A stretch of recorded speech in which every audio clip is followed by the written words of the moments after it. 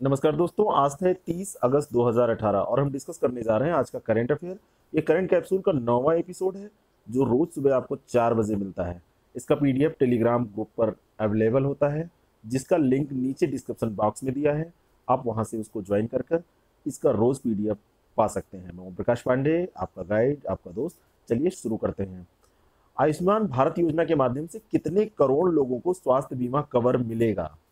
और इसका सही उत्तर है 10 करोड़। 10 करोड़ लोगों को इसके अंतर्गत स्वास्थ्य बीमा कवर प्रदान किया जाएगा। बहुत ही इंपॉर्टेंट प्रश्न है ये। आयुष्मान भारत योजना के बारे में थोड़ी सी बात और हम कर लेते हैं। इस योजना को मोदी केयर के नाम से भी जाना जाता है। भारत सरकार की एक ये प्रस्तावित योजना है। 1 अप्रैल 2018, ये डेट बहुत इंपॉर्टेंट है। पूरे भारत में इसको लागू किया गया इस दिन। 2018 के बजट में हमारे वित्त मंत्री अरुण जेटली साहब ने इसकी घोषणा की थी। इसमें दो तीन चीजें बहुत इंपॉर्टेंट है जो ध्यान रखना है। बीपीएल धारक को स्वास्थ्य बीमा इसमें मुहैया कराया जाएगा और इसके अंतर्गत आने वाले जो परिवार हैं उनको 5 लाख तक का कैश रहित स्वास्थ्य बीमा उपलब्ध कराया जाएगा। तो ये इंपॉर्टेंट फैक्ट है जो आपको याद रखने हैं, जहां से डिटेल में अगर प्रश्न बनाया जाएगा तो बन सकता है। और 10 करोड़ की बात हम कर चुके हैं। बाकी जो बची आबादी होगी इसमें, इसके दायरे में जो नहीं आएगी, उनको भी धीरे धीरे इसके अंतर्गत लाने की योजना है। लेकिन आगे क्या प्लान होगा, जब होगा तब हम देखेंगे। अगला प्रश्न देखते हैं। राष्ट्रीय खेल दिवस के रूप में मनाया जाता है 28 अगस्त, 29 अगस्त, 30 अगस्त, 31 अगस्त। सबको पता होगा 29 अगस्त को राष्ट्रीय खेल दिवस के रूप में हम मनाते हैं। अब बात आती है कि राष्ट्रीय खेल दिवस 29 अगस्त को क्यों मनाया जाता है। तो इसके लिए आपको थोड़ी सी जानकारी मैं दे रहा हूं। दिग्गज हॉकी खिलाड़ी मेजर ध्यानचंद के जन्म दिवस को इस रूप में मनाया जाता है। 29 अगस्त को इनका जन्म दिवस होता है और राष्ट्रीय खेल इसी दिन मनाया जाता है। ध्यानचंद के बारे में हम बात करें तो 29 अगस्त को ये 1905 में इलाहाबाद में पैदा हुए थे। 1928 में इंडियन हॉकी फेडरेशन ने एम्स्टर्डम में होने वाले ओलंपिक के लिए भारतीय टीम का चयन करने के लिए टूर्नामेंट का आयोजन किया और इसके बाद उन्हें ओलंपिक में भाग लेने वाली टीम में जगह मिल गई। ध्यानचंद ने भारत को ओलंपिक में 3 स्वर्ण पदक दिलवाए। 2012, 2000 में भारत सरकार ने 29 अगस्त को देश के राष्ट्रीय खेल दिवस के रूप में इसको घोषित किया। ये मेजर ध्यानचंद साहब थे। इनके बारे में, इनको हॉकी का जादूगर कहा जाता था। एक बार इनकी हॉकी तोड़ी गई थी, इसलिए कि उसको चेक किया गया कि उसके अंदर कहीं मैग्नेट तो नहीं लगा के रखा गया है कि बाल खींची चली आती है, गेंद जो होती है वो खींची चली आती है। और बहुत सारी कहानियां हैं इनके बारे में। खैर यहाँ पे समय कम है, आगे हम बढ़ते हैं। सार्क के कृषि सहकारी व्यापार मंच की पहली बैठक कहाँ हुई? नई दिल्ली, सिंगापुर, काठमांडू, थिम्पू। तो यहाँ पर ये काठमांडू में ये पहली बैठक संपन्न हुई है। सार्क यानी दक्षिण एशियाई क्षेत्रीय सहयोग संगठन, 8 देशों का ये आर्थिक और राजनीतिक संगठन है। आपको जानकारी होगी इसकी, नहीं है तो इसको बिल्कुल याद होना चाहिए। इसके 8 सदस्य देश कौन से हैं ये भी आपको पता होना चाहिए। अभी हम डिटेल में इसको देख रहे हैं और इसमें लगभग जनसंख्या 1.5 अरब है इन देशों की और किसी भी क्षेत्रीय संगठन की तुलना में ज़्यादा प्रभावशाली है। 8 दिसंबर 1985 को इसकी स्थापना हुई। भारत, पाकिस्तान, बांग्लादेश, श्रीलंका, नेपाल, मालदीव और भूटान, है ना, इसके सदस्य हैं। अप्रैल 2007 में संघ के 14वें शिखर सम्मेलन में अफगानिस्तान इसका 8वां सदस्य बना। तो ये इंपॉर्टेंट है कि 2007 में बना। कौन बना? अफगानिस्तान।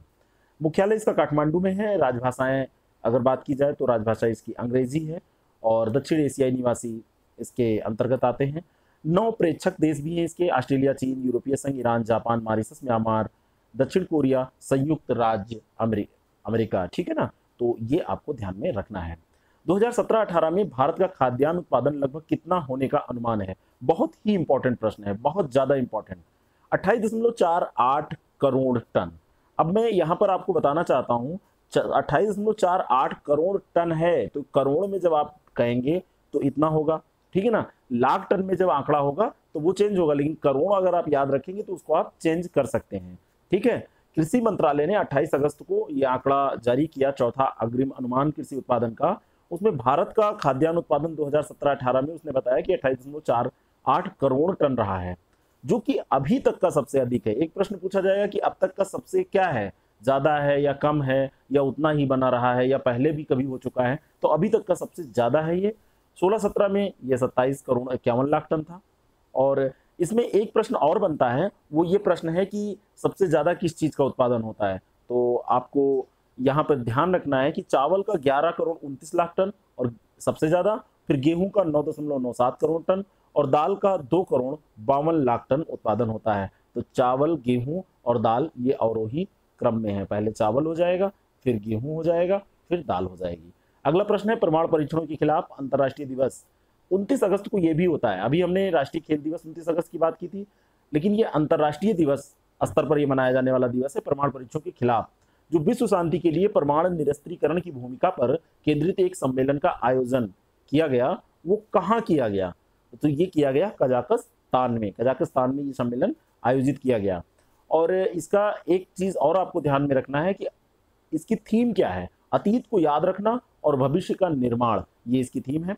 1996 में संयुक्त राष्ट्र महासभा द्वारा व्यापक परमाणु परीक्षण प्रतिबंध संधि को मंजूरी दे दी गई थी और इसी के अंतर्गत सभी परमाणु परीक्षण पर प्रतिबंध लगाने का लक्ष्य रखा गया।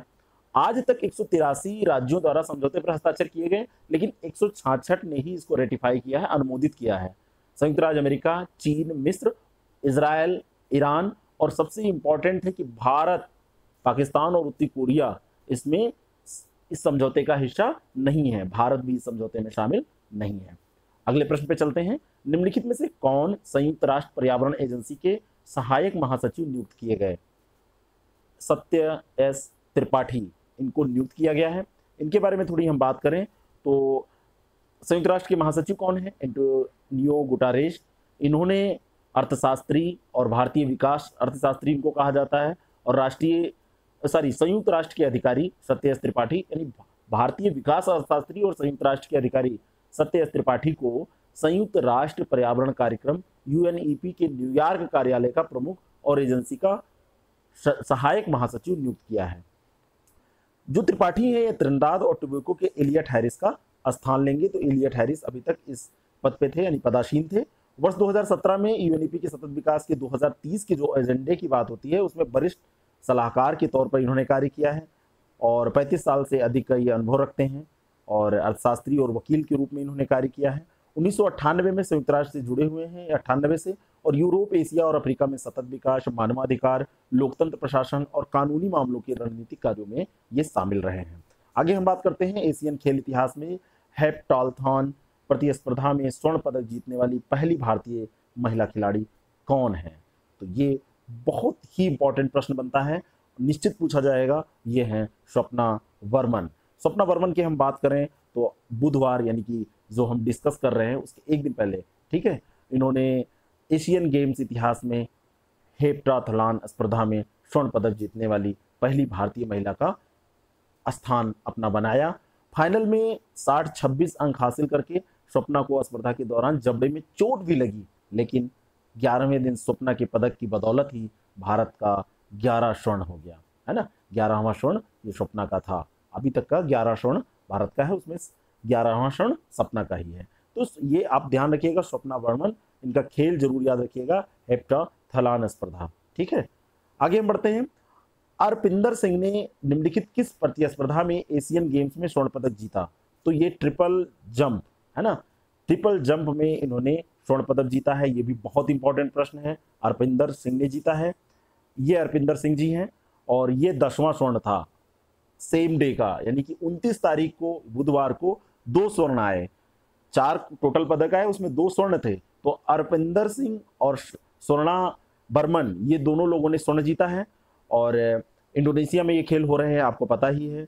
बुधवार को ये भी जीता, तो यानी कि ये बहुत इंपॉर्टेंट डे था। और ट्रिपल जंप स्पर्धा में अभी तक जो ये स्वर्ण की अगर हम बात करें तो 1970 के बाद, 48 सालों के बाद ये स्वर्ण आया है हमारे खाते में, भारत के खाते में। इसमें भारत की मौजूदा स्थिति देखें तो 11 स्वर्ण हो गए हैं, है ना, भारत के। और टोटल अभी ये चार्ट जो जब इन्होंने जीता था 10वां स्वर्ण, तब 10 स्वर्ण और 20 रजत, 53। खैर ये याद करने की जरूरत नहीं है, लास्ट में हम देख लेंगे। डे बाय डे अगर हम इसको करेंगे तो कहीं आपको याद रह गया तो लास्ट वाला डेटा अपडेट नहीं हो पाएगा, इसलिए मैं रोज इसको डिस्कस नहीं करता हूँ। आप इस पर ध्यान न दें, बस ये है कि किस खेल में जीते, कौन जीते, ये ध्यान रखिए। आगे हम बढ़ते हैं। किस देश को हराकर भारतीय हॉकी टीम ने 18वें एशियन गेम्स की फाइनल में अपनी जगह बनाई, यानी कि फाइनल में भारतीय हॉकी टीम पहुंची? तो ये है चीन को हराकर, इसका उत्तर हो जाएगा चीन। चीन को हराकर ये फाइनल में पहुंची है। जापान से अब इसका फाइनल मैच होने वाला है, जापान से इसका फाइनल मैच होगा। तो ये 20 साल बाद टूर्नामेंट में 1-0 से मात देकर फाइनल में इसने जगह बनाई है। गुरजीत कौर ने मैच का एकमात्र गोल 52वें मिनट में दागकर भारत को जीत दिलाई, तो गुरजीत कौर का नाम इंपॉर्टेंट हो जाता है। और अब भारत का जो फाइनल मैच है वो शुक्रवार को, यानी कि 31 अगस्त पड़ेगा शुक्रवार को, वो होगा। डेट इतनी इंपॉर्टेंट नहीं है। एशियन गेम्स में भारतीय महिला हॉकी टीम की जो कप्तान है, देखिए ये इनकी फोटो है, रानी रामपाल हैं, रानी रामपाल इसकी कप्तान है, ये भी पूछा जा सकता है। कहाँ की यूनिवर्सिटी के छात्र ने ऐसा मेडिकल रोबोट बनाया जिसे इंसानी आंखों से नहीं देखा जा सकता? बहुत ही छोटा रोबोट है। यह है अमेरिकी यूनिवर्सिटी के छात्र ने इसको बनाया है। और ये 120 नैनोमीटर का इतना छोटा सा है, और गिनीज वर्ल्ड रिकॉर्ड में इसको रखा गया है कि इतना छोटा रोबोट है, इस कारण से रखा गया है। और ये कैंसर और अल्जाइमर जैसी बीमारियों के इलाज के लिए भविष्य में ऐसा माना जा रहा है कि काम में लाया जाएगा। ठीक है। रुचि घनश्याम को निम्नलिखित में से किस देश में भारत का उच्चायुक्त बनाया गया? तो ये ब्रिटेन में भारत की उच्चायुक्त बनाई गई हैं। इस तरह से आज का ये करंट अफेयर यहीं पे समाप्त होता है एक अंतिम प्रश्न के साथ। वो प्रश्न है, मशहूर शायर फिराक गोरखपुरी का वास्तविक नाम क्या था? रघुपति सहाय इनका वास्तविक नाम था। ये इंग्लिश के प्रोफेसर थे, लेकिन शेर व शायरी उर्दू और हिंदी में करते, उर्दू में लिखते थे, और इंग्लिश बहुत अच्छी आती थी। इन्होंने एक बार कहा था कि केवल भारत में 2.5 लोगों को ही अंग्रेजी आती है, एक मैं, एक सर्वपल्ली राधाकृष्णन और आधे जवाहरलाल नेहरू। यानी कि जवाहरलाल नेहरू को इन्होंने कहा था बहुत आधी अंग्रेजी आती है, भाई इतने लोगों को ही आती है। इसलिए ये कहानी कि आपको ये याद रहेगा। रिवीजन टेस्ट करते हैं। रिवीजन में 3 प्रश्न आपसे मैं पूछता हूं, उसका उत्तर आपको कमेंट बॉक्स में बताना होता है। पहला प्रश्न है, एससीओ शांति मिशन अभ्यास 2018 में कहां शुरू हुआ? दूसरा प्रश्न है, भारत केनिया संयुक्त व्यापार समिति की 8वीं बैठक का आयोजन कहां हुआ? और तीसरा प्रश्न है, पिंकी वलहारा और माला प्रभात जाधव का संबंध किस खेल से है? ये तीनों प्रश्न का उत्तर कमेंट बॉक्स में आपको निश्चित तौर पर बताना है, जिससे आपका पुराना रिवीजन होता चले। नहीं बताएंगे तो मैं मानूंगा कि आप सही से नहीं पढ़ रहे हैं। अगर आपको ये पसंद आता है तो आप इसको ज़रूर लाइक कीजिए, शेयर इसलिए कीजिए कि लोगों तक पहुँचे, लोग इसका लाभ उठा पाएँ। चैनल से नए जुड़े हैं तो आप सब्सक्राइब कर सकते हैं, इस परिवार का सदस्य बन सकते हैं। इसका पीडीएफ मैं पहले ही बता चुका हूँ, टेलीग्राम से आप डाउनलोड कर सकते हैं। कल सुबह फिर मिलते हैं 4 बजे, तब तक के लिए गुड बाय।